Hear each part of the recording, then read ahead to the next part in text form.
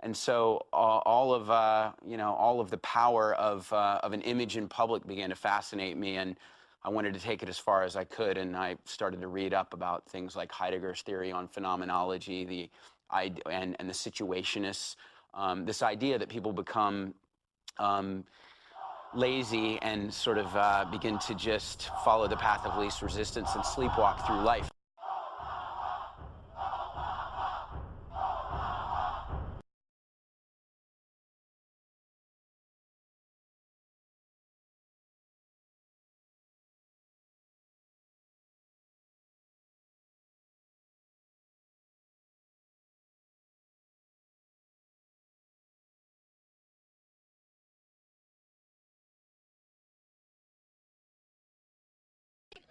Let's see, drop the taxes, drop socialism. Okay, let's see, you're here with your 2-year-old and you're already in debt. Why are you here today, sir? Because I hear a president say that he believed in what Lincoln stood for.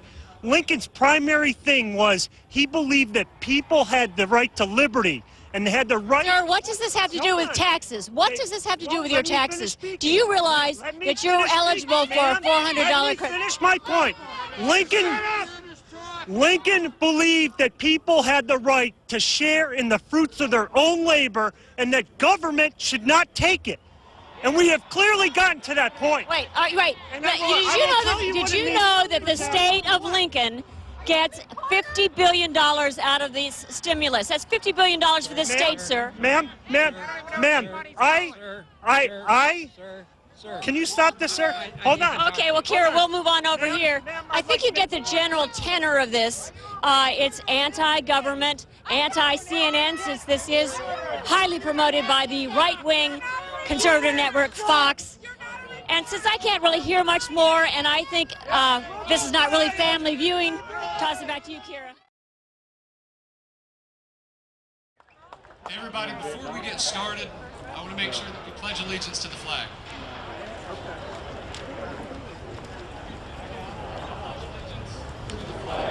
United States of America, and to the republic for which it stands, one nation, under God, indivisible, with liberty and justice for all.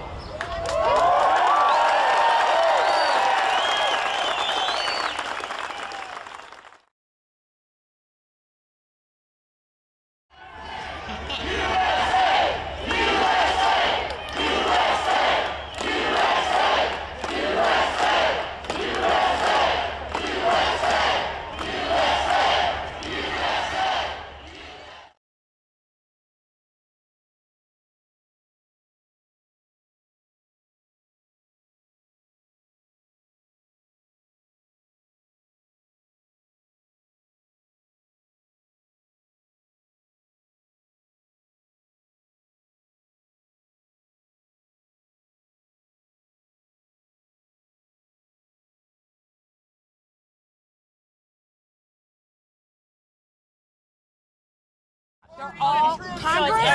It's not just, this is not just Democrats, it's not Republicans, it's all of them. All of them. It's Congress. Bush voted for all this. Obama voted for all of it. It doesn't really matter to you whether it's Republican or Democrat. Absolutely not. And most people who are here do not believe that it's just the Republicans or just the Democrats. And what group are you with that brought you back? Taxes are just getting outrageous, this bailing everybody out. I mean, if I needed a bailout, I wouldn't get any money. My business would go under. Congress is spending where they shouldn't be. I'm on a budget. They should be on a budget. I'm just seeing money going down the tube. If I were to win the lottery, the money that I would win, I would pay off my debts, I would give to my church, and then I would spend it on things I want. I just think the government needs to start being honest, taking our money and spending it like it ought to be spent on things that need to be spent on.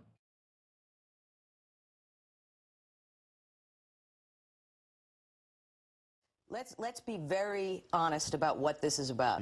It's not about bashing Democrats. It's not about taxes. They have no idea what the Boston Tea Party was about. That's right. They don't know their history at all. This is about hating a black man in the White House. This is racism straight up.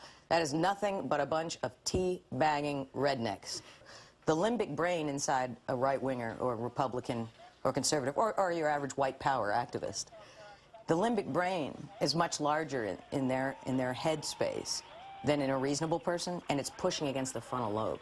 So their synapses are misfiring. But what is really, I didn't know there were so many racists left. I didn't know that. You know, because as I said, the Republican the conservative movement has now crystallized into the white power movement. Yeah. And again, this is about racism. It could be any issue, any port in a storm. These guys hate that a black guy is in the White House. Yeah. But they immigrant bash. They pretend it's taxes and tea bags. And like I said, most of them couldn't probably tell you thing one about taxation without representation, the Boston Tea Party, the British imperialism, whatever the history lesson has to be.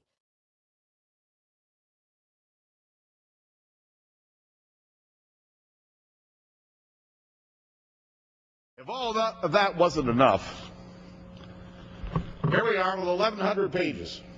1,100 pages not one member of this body has read. Not one. There may be some staffer over in the Appropriations Committee that read all of this last night. I don't know how you could read 1,100 pages between midnight and now. Not one member's read this. What happened to the promise that we're going to let the American people see what's in this bill for 48 hours? But nope, we don't have time to do that. These people, all white for the most part, unless there's some people with Stockholm syndrome. Right. Who else is Fox talking to? I mean, what is it? Urban, older white guys. Yeah. And the girlfriend, and you know, the women who suffer from Stockholm syndrome. Again, there's a lot of Stockholm syndrome, is what I'm saying.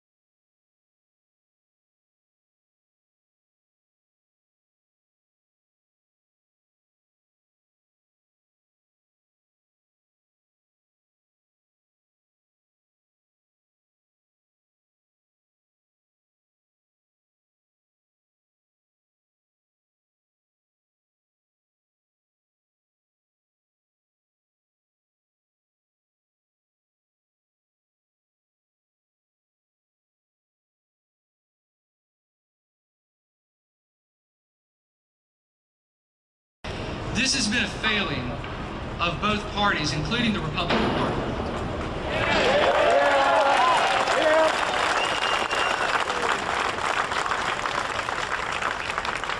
Now, the Republicans, they presided over an ever-increasing federal budget. And they were so out of touch with what this country wanted that the Democrats were able to run candidates to the right who were more conservative than the Republicans.